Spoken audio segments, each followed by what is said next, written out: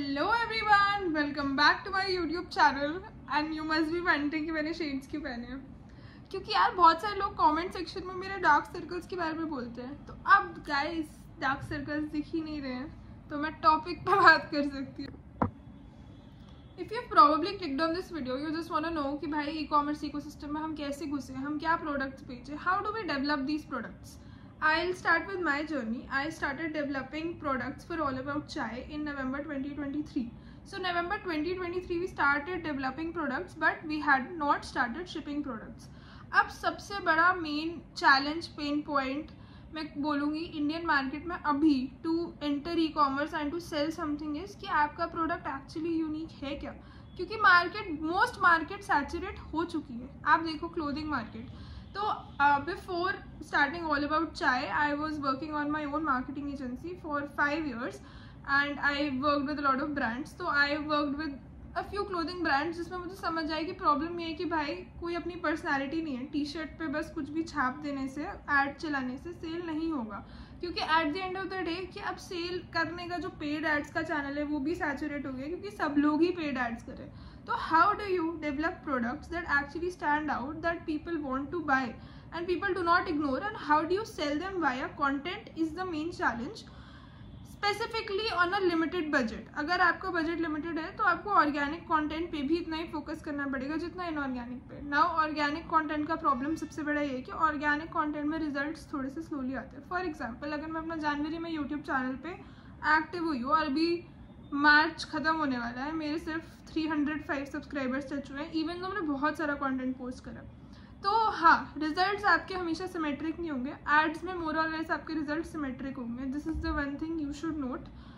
तो before you start selling in the market सबसे पहली पकड़ आपकी प्रोडक्ट पे बहुत अच्छी होनी चाहिए कि आप बेच क्या रहे हो, मार्केट में इस प्रोडक्ट की जगह है भी.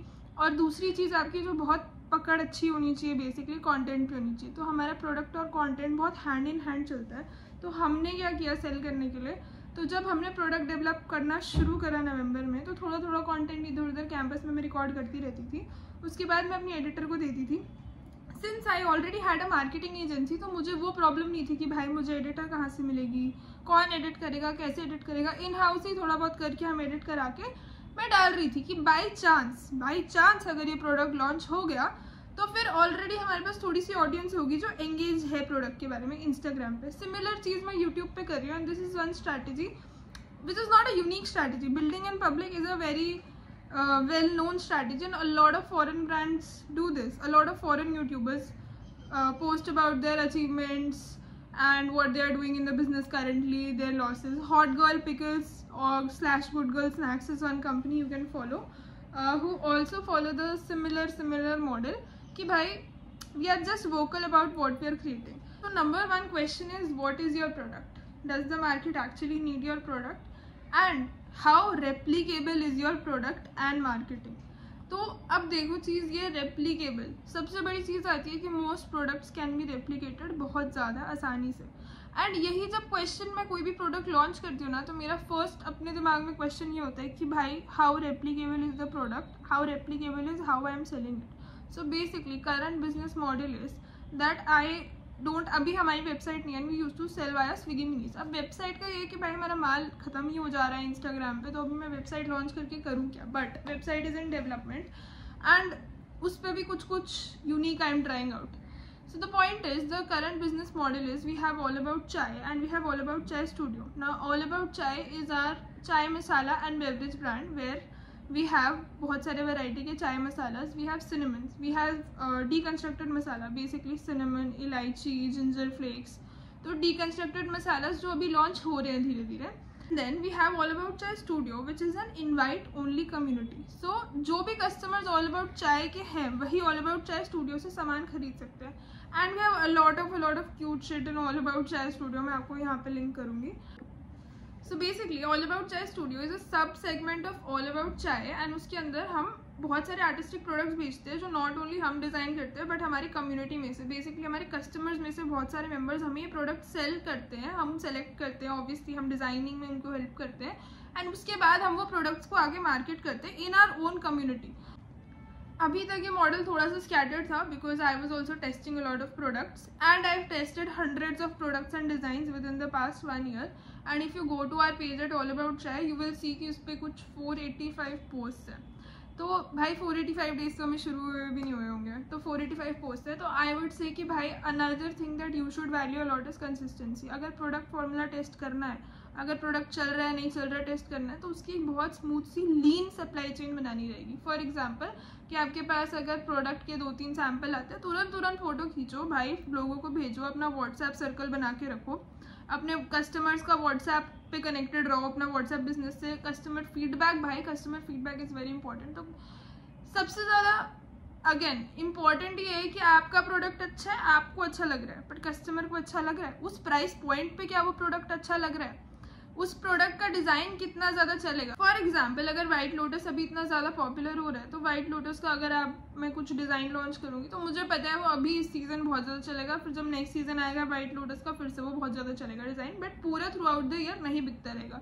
तो आपको ये भी समझना है कि आपके कौन से प्रोडक्ट्स एवरग्रीन प्रोडक्ट्स हैं, कौन से प्रोडक्ट सीजनल प्रोडक्ट्स हैं, और हर एक प्रोडक्ट का एक तरीका होता है टू सेल. फॉर एग्जाम्पल कुछ प्रोडक्ट्स इंस्टाग्राम पे अच्छे बिकेंगे, कुछ प्रोडक्ट्स वेबसाइट के बाया ही अच्छे बिकेंगे. सिमिलरली कुछ प्रोडक्ट व्हाट्सएप पे पर्सनल सेलिंग पे अच्छे बिकेंगे क्योंकि उसमें कस्टमाइजेशन फैक्टर भी इन्वॉल्व हो सकता है. फॉर एग्जांपल जब लैला मजनू रिलीज हुई थी तो मैंने लैला मजनू के डिज़ाइन के कोस्टर मैग्नेट लॉन्च करे थे.